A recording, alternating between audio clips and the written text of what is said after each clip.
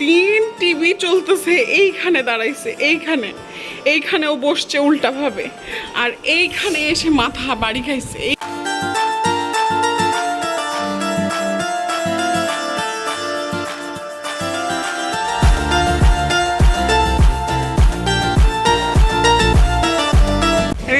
রেদনের বাবা আকাশে এখন জানতা সুমনা কাইন করলাম না জয়লিমিনা। জান তুমি ভয় পাইছো?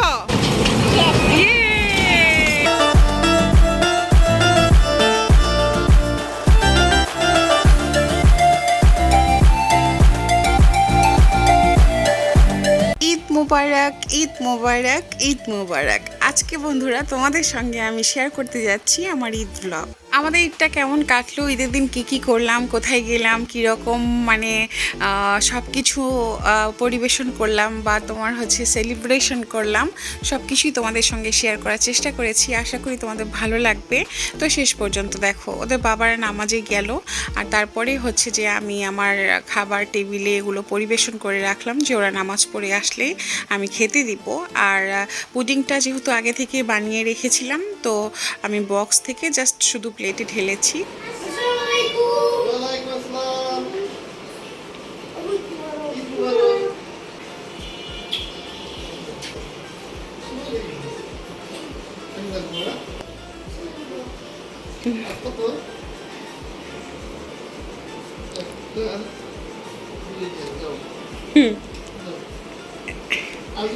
আজান বেবি সালাম দাও।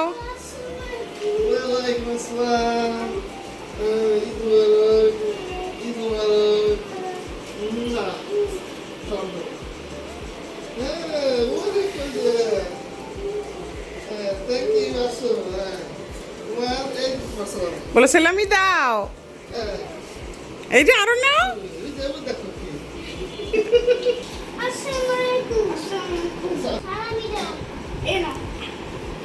ভাইয়াকে পাপ্পা দাও, তুমিও দাও, আসান দাও।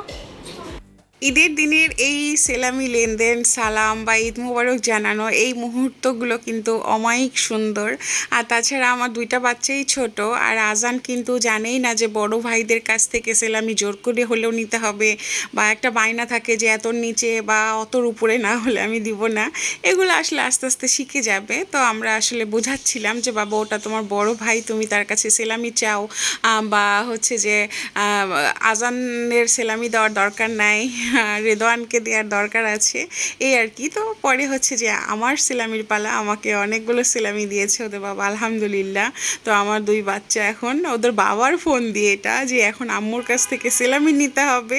সব সময় কি হয়, ওদের সেলামিগুলো আমার কাছে দিয়ে দেয়, আম্মু নাও, আমরা কি করব। আর এইবার ওদের বাবা বলতেছে না, এবার তোমাকেও দিতে হবে। তারপরে তোমার আছে না যে ওদেরকে সেলামি দিচ্ছিলাম। অনেক মজা করেছি এই সেলামি লেনদেনের সময়, আমাদের অনেক সুন্দর কেটেছে সকালটা।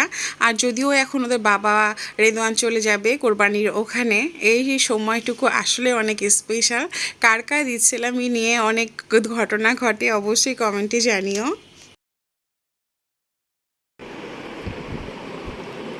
আসসালামু আলাইকুম এভরিওয়ান, ঈদ মুবারক, ঈদ মুবারক, ঈদ মুবারক।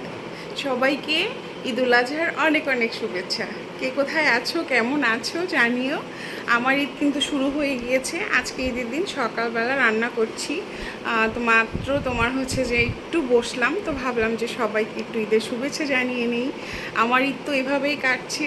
আর তাছাড়া তোমার বিয়ের আগে একরকম ঈদ যায় মানুষের, বিয়ের পরে কিন্তু আরেক রকম, আর বাচ্চা কাচ্চা হলে তো আরেক রকম যায়। সো আমার ঈদ শুরু হয়ে গিয়েছে, রান্না বান্না করছি। আমার ব্লগটা শেষ পর্যন্ত দেখো, আশা করি ভালো লাগবে।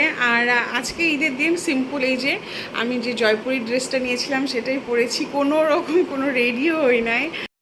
ঈদের দিন যেই রান্নাবান্নার প্রেশার, আর তাছাড়া তো এখনও তোমার মাংস আসে না বাসায়, মাংস আসলে তো আরও ব্যস্ততা। আমি জানি না হচ্ছে যে আজকে ঘুরতে যাব কি না, তবে আমার ব্লগটা আশা করি তোমাদের ভালো লাগবে, শেষ পর্যন্ত দেখো। আর যারা নতুন বন্ধু তারা অবশ্যই ভালো লাগলে মতামতটা জানিও, আমার চ্যানেলটা সাবস্ক্রাইব করো, আর অবশ্যই লাইক দিও, আর প্লিজ ভালোবাসা দিও। আর এখন খুবই ব্যস্ততায় কাটছে। রেদওয়ানের বাবা গিয়েছে গরুর ওখানে, আজান যায় নাই, এখন আজান আমাকেও নিয়ে যাবে, এটা কি সম্ভব? আমার কত কাজকর্ম, আর তাছাড়া যেই রকম গরম পড়েছে অস্থির, একদম অস্থিরতায় কাটছে। ঢাকায় প্রচণ্ড রকম গরম। কালকে যেহেতু মানে চাঁদ রাতে বৃষ্টি হয়েছে, বাট ওয়েদার অনেক গরম, মানে বৃষ্টি হলেও কোনো ঠান্ডার কোনো মানে কিছুই নাই। আর তাছাড়া অনেক লেট করে ঘুমিয়েছিলাম, আমার শরীরটাও খুবই খারাপ লাগছে, একা একা আরও বেশি খারাপ লাগছে যে এবার এটা আবার একা একা, কোনো মা কাছে নেই। তো যাই হোক, বক বক না করি, আমাদের ব্লগটা শেষ পর্যন্ত দেখো। আর আমার রান্নাবাড়া শেষে যখন যদি ঘুরতে যাই দেন আমি রেডি হব, তারপরে নতুন নিউ ড্রেস কোনোটা পরবো। এটাও অবশ্য নিউ ড্রেস, এটা তো বানিয়েছি। তো সকালে যেহেতু কিচেনে অনেক রান্নাবান্না না, অনেক কাজকর্ম, এই জন্য আর ওই রকম মানে সাজগোজ ছাড়াই বসে আছি। তো শেষ পর্যন্ত দেখো। একটা কোথাও শোনে না এই ছেলে, একটাও কোথাও শোনে না। হ্যাঁ, কি অবস্থা হয়েছে, কি অবস্থা হয়েছে। ঈদের একটা দিন টিভি চলতেছে, এইখানে দাঁড়াইছে, এইখানেও বসছে উল্টাভাবে, আর এইখানে এসে মাথা বাড়ি খাইছে, এইখানে মাথা বাড়ি খাইছে। হ্যাঁ, বেঁচে আছে, ও বেঁচে আছে। আমার তো জীবন নাই যে মনে হয় ও আল্লাহ গো মাথা ফেটে গেছে। দেখি মাথা, দেখো মা, দেখো মা, ও দাঁড়াও, এই যে দেখো পুরো মাথা ফুলে গেছে, বুঝতে পারত, হাতও দিতেছে না। এদিকে দেখি মা, দেখি, দাঁড়াও একটু ঘুরো। এই যে আমি রিমুর সাথে কথা বলতেছি ফোনে, আর ও ওখানে যেয়ে বসছে। এখানে কি বসার জায়গা? এটা কি বসার জায়গা? এখান থেকে উল্টা মুখে জাস্ট পড়ছে এখানে। হ্যাঁ, আমি তো বলতেছি ও নাই, মারা গেছে, মাথা ফেটে গেছে, রক্ত বের হয়ে গেছে। আমার তো জীবনটাই শেষ। ঈদের একটা দিন দেখো, মাথা দেখো, উফ, সাথে সাথে একেবারে ডুম হয়ে গেছে। বসো। তো মারবো না, আমি মারবো না।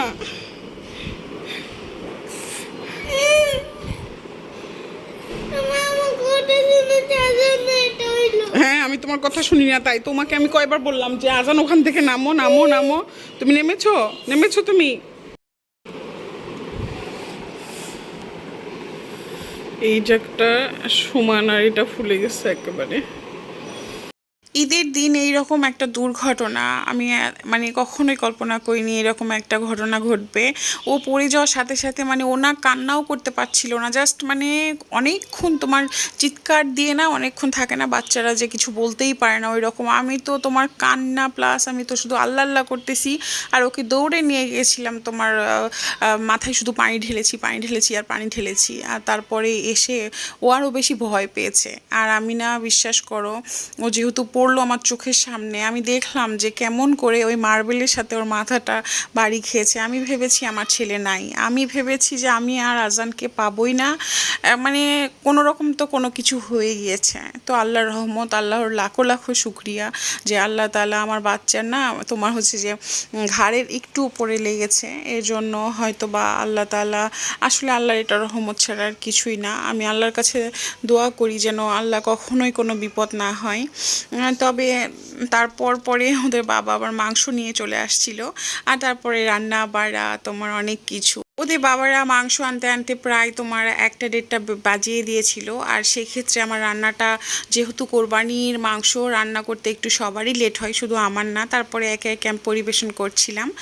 সকালে রান্না ছিল খিচুড়ি, তারপর রেদওয়ানের জন্য রোস্ট রান্না করেছি, পোলাও, সেমাই, পুডিং, এগুলো তো আছেই। আর আমরা এখন সবাই তোমার দুপুরের খাবারটা খাবো, আর মাংসটা চুলায়, তারপরে মাংসটা হলে আমি মাংসটাও তোমার টেবিলে পরিবেশন করব। তো এটাই ছিল কিন্তু আমার ঈদের রান্না। এবারের ঈদটা একেবারে একা, আসলে হাজব্যান্ড বা সন্তান ছাড়া আর পাশে কেউই নেই।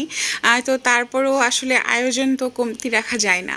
তো বন্ধুরা, ভাইয়া এবং আপুরা, যারাই আমার ব্লগটা দেখছো না কেন, যদি তোমাদের ভিডিওর যে কোনো একটা পার্ট ভালো লাগে অবশ্যই এটা লাইক দিও, আর আমার চ্যানেলটা সাবস্ক্রাইব করে আমাদের সাথেই থেকো, আর অবশ্যই মতামত জানিও। যদিও আমার ঈদ ব্লগটা একটু আপলোড করতে দেরি হলো, শত ব্যস্ততার মাঝে আসলে ঈদের সময় এক হাতে সব কিছু সামলানো একটু কষ্টকর হয়ে যায়। আমার সিচুয়েশানটা অবশ্যই একটা হাউসওয়াইফ বুঝতে পারবে। তো যাই হোক, এই যে গরুর মাংসটাও রান্না হয়ে গিয়েছে, তো আমি এইরকম সুন্দর করে পরিবেশন করেছি। আর আমরা যেহেতু মনে করো যে যেটা খাই, খিচুড়িও খেতে পারে মাংসের সাথে বা পোলাও খেতে পারে, সব কিছুই আমি টেবিলে রেখেছি, যে যেটা পছন্দ করবে সে সেটা খাবে। আর মাঝখানে আজান বাবা যেহেতু মানে ব্যথা পর পর আর কিছু খেয়েছিল না, পরে ওকে বললাম যে বাবা একটু সেমাই খাওয়াই দেই, দেন ও লাচ্চা সেমাই খেতে চেয়েছিল, ওকে জাস্ট একটু লাচ্চা সেমাই খাওয়াইছি। ঈদের দিন টেবিল ভরা খাবার, আর খাবারটা পরিবেশন করেছি আমি মাটির সব কিছু দিয়ে। আর এগুলো এনেছিলাম আমি আড়ং থেকে, যারা আমার শপিং ব্লগ দেখেছো তারা ইতিমধ্যে বুঝতেই পারছো। আর আমাদের খাওয়া অফ ক্যামেরায় ডান। তারপরে আপা চলে আসছে, তো আপাকে বললাম যে আপা আপনি আগে খেয়ে নেন। তারপরে বললাম যে আপা আপনি কেন আজানের প্লেটটা নিয়েছেন? তো না আপা আমার এরকম প্লেট খেতে ভালো লাগে। তো আপাকে আমি জাস্ট টেবিলে বসিয়ে দিয়েছিলাম, তারপর বললাম যে আপা আপনার যেটা যেটা মন চায় আপনি আপনার মন মতো খাবারটা খান। আর আপাকে মনে করো আগে থেকেই বলা ছিল যে হ্যাঁ আপা আসবে, সেলামি নিবে, খাবার খাবে, বা প্রতি ঈদে আপা আসে।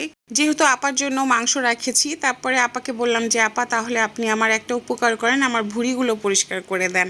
তারপরে হচ্ছে যে তোমার আপা ভুঁড়িগুলো পরিষ্কার করছিল, আর এদিকে ওদের ভাই দুইটাকে আমি আবার রেডি করাইছি যে আমরা আসলেই ঘুরতে যাচ্ছি, কেননা রেদওয়ান ছাড়ছে না। ঈদের দিন ঘুরবো, কেন কোথাও যাব না, কিসের জন্য যাব না? আমি বললাম যে বাবা লেট হয়ে গিয়েছে, সন্ধ্যা হয়ে গেছে প্রায়, আমরা যাব না, কিন্তু না ওরা যেতেই হবে। আর হাসান বাবার কাণ্ডটা দেখো, ঢাকনাটা মাথায় দিয়ে ও নড়াচড়া করছে, আর এই জিনিসটা না আমার কিউট লেগেছে, এর জন্য আমি ভিডিও করছিলাম। তো ফাইনালি আমরা কিন্তু ঘুরতে যাচ্ছি, কোথায় যাচ্ছি দেখার জন্য শেষ পর্যন্ত দেখো।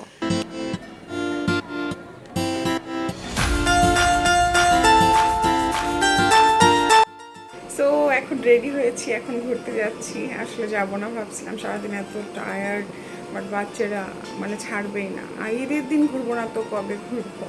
তাই একটু সিম্পলভাবে রেডি হয়েছি, যে এই ড্রেসটা পরেছি। সো শেষ পর্যন্ত দেখা। জাস্ট আমরা এয়ারপোর্ট পার হয়েছি, আর আজান ঘুমিয়ে গিয়েছে, রেদওয়ান সামনের সিটেও ঘুমিয়ে গিয়েছে। তখন যে আমার কি মনে হচ্ছিল যে তোমাদের জন্য বাইরে আসা, আর তাছাড়া আমারও না খুব ঘুম পাচ্ছিল, এত ঘুম পাচ্ছিল, কেননা সেই রাত ঘুমাতে ঘুমাতে রাত 2টা 2:30 বেজে গিয়েছে, আবার ভোর 6টায় উঠেছি। ক্লান্ত শরীরে মন চাচ্ছিল না যে ঈদের দিন বের হই, বাচ্চাদের জন্য শুধু বের হয়েছি, আর ওরাই ঘুমিয়ে গিয়েছে।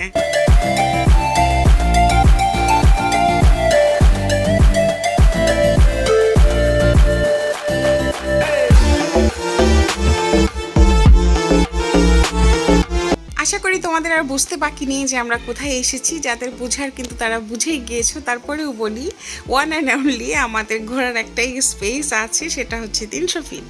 আর এখানে এসে দেখি রে ভাই কী রকম খাবার দাবার। আমার কি মনে হয় ঈদের দিন বাসায় এত পোলাও, কোরমা, সেমাই, তারপরে কোরবানির মাংস ছেড়ে কি এখানে কেউ তোমার আজকে হাঁসের মাংস এগুলো কেউ খাবে? আর তাছাড়া কোন পেটে খাবে? আমরা জাস্ট বসতেছিলাম না যে কোথাও বসলেই খেতে হবে, আর আমাদের খাওয়ার কোনো ইচ্ছেই ছিল না। তারপরেও একটা জায়গায় বসেছি যে আচ্ছা ঠিক আছে একটু চা খাওয়া যাক। আর বাইরের ওয়েদারটা না অনেক সুন্দর ছিল, অনেক সুন্দর বাতাস ছিল। তো ফাইনালি একটু বসেছি যে চা খাওয়া যাক, তারপরে দেখা যাক কোথায় যাওয়া যায়। ভাবলাম যে অনেক ক্লান্ত লাগছে, 1 কাপ চা খাই। আর চাটা এত বিচ্ছিরি ছিল, অনেস্টলি খাবার সম্বন্ধে এগুলো বলতে হয় না, বাট মানে একদম কেমিক্যাল গন্ধ, প্লাস মনে হচ্ছিল এই মেডিসিনই খাচ্ছি। আর একেবারে টেস্ট ছিল না, মানে বাজে একটা চা। আমার লাইফে আমি একটা চা খোর, আর এটা এমন একটা বাজে চা ছিল যেটা আমার লাইফে আমি কখনো নেক্সট টাইম খেতে চাই না।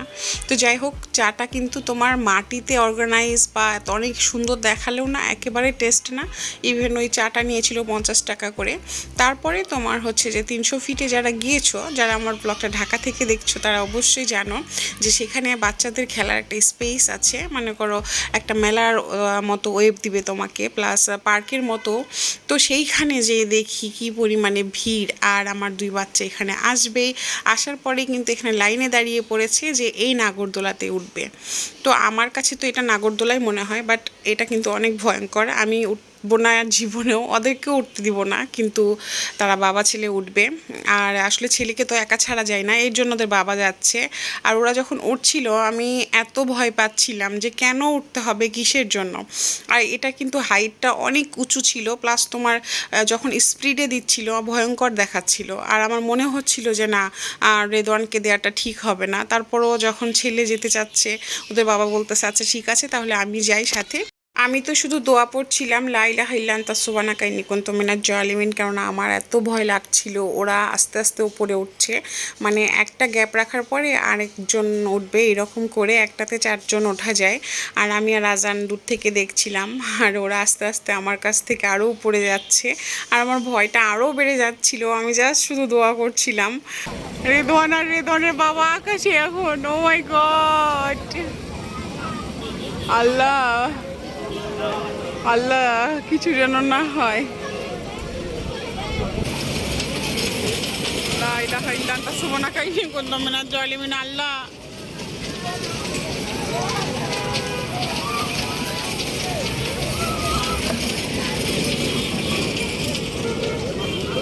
আমি পার্কের এইগুলো দেখে সত্যি খুবই ভয় পাই, আর এই পর্যায়ে আমার কোনো কথা বের হচ্ছিল না, জাস্ট আমি কান্না করছিলাম যে আমার হাজব্যান্ড আর সন্তান ভালোভাবে আসলেই হয়। আর তাছাড়া এটা না এত স্পিডে যাচ্ছিল, তোমাদেরকে কি করে বোঝাই, দেখেই না ভয় লাগছিল। ফাইনালি আজান উঠছে। আমি জানো আমি কাঁদতেছিলাম, তোমরা ওখানে উঠছো, আমি তো দেখতেছিলাম যে ও ভয় পাচ্ছিল। বাবা ভাই একসঙ্গে থাকলে সাহস থাকবে। জান তুমি ভয় পাইছো? আজান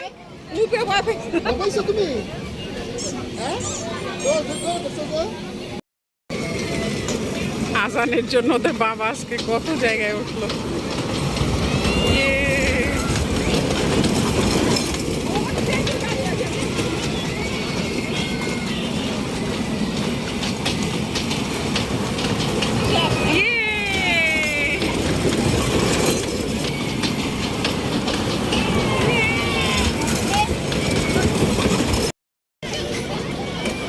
আসো আসো আসো আসো আসো।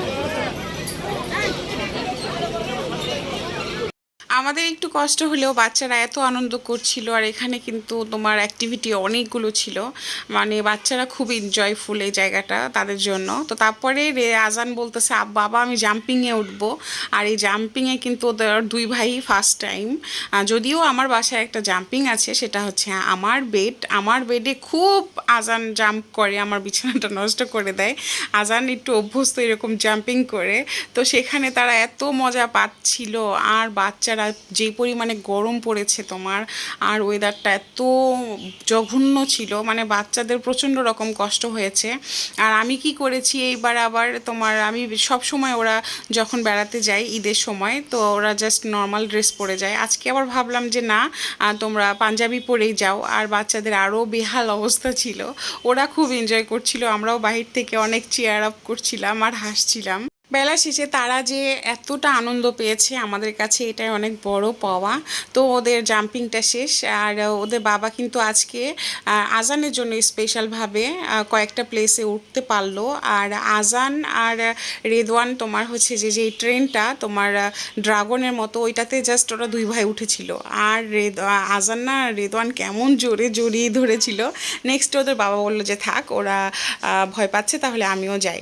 তারপরে হচ্ছে যে এটা একটা তোমার বেলুনের মতো বিশাল বড়। এর আগে আজান আর রেদওয়ান উঠেছে বাণিজ্য মেলায় যেয়ে, বাট ওই সময় আজান অনেক ছোট ছিল, আর এখন তো বড় হয়েছে। আমি আজানকে দিতে চাইছিলাম না, না আম্মু আমি তো বড় হয়ে গেছি, আমি এখন যেতে পারবো। তো ও সাহস করে, যেহেতু ওর ভাই আছে, আর অনেক এনজয় করছিল। গরমে একদম যাযাবর অবস্থা ওদের। আর এইদিকে আজানের একটা স্যান্ডেল পরে আরেকটা বাচ্চা চলে গিয়েছে, আর আজান এক পায়ে বসে আছে স্যান্ডেল পরে। কি বিপদ! আমরা অনেকক্ষণ ওয়েট করেছি, প্রায় 20 মিনিটের মতো, যে যেই মাটা তার বাচ্চাকে স্যান্ডেল পরিয়ে নিয়ে গিয়েছে হয়তোবা সে ব্যাক করে আসবে। আজানের জুতা যাই মিস্টেক করে পড়ে গিয়েছে, তার পাটা না অনেক ছোট, আমি বুঝলাম না এই ভুলটা তার মা কিভাবে করলো। যাই হোক আমাদের ব্যাড লাক। তারপরে বাচ্চারা আসলে প্রচণ্ড রকম ঘেমে গিয়েছিল, তাদেরকে একটু লুচি আর বারবিকিউ টাইপের চিকেন আর ঠান্ডা ঠান্ডা কোক খাওয়াই দিলাম। তো এটাই ছিল আমার ঈদ ব্লগ। তোমরা ভালো থেকো, আল্লাহ হাফেজ।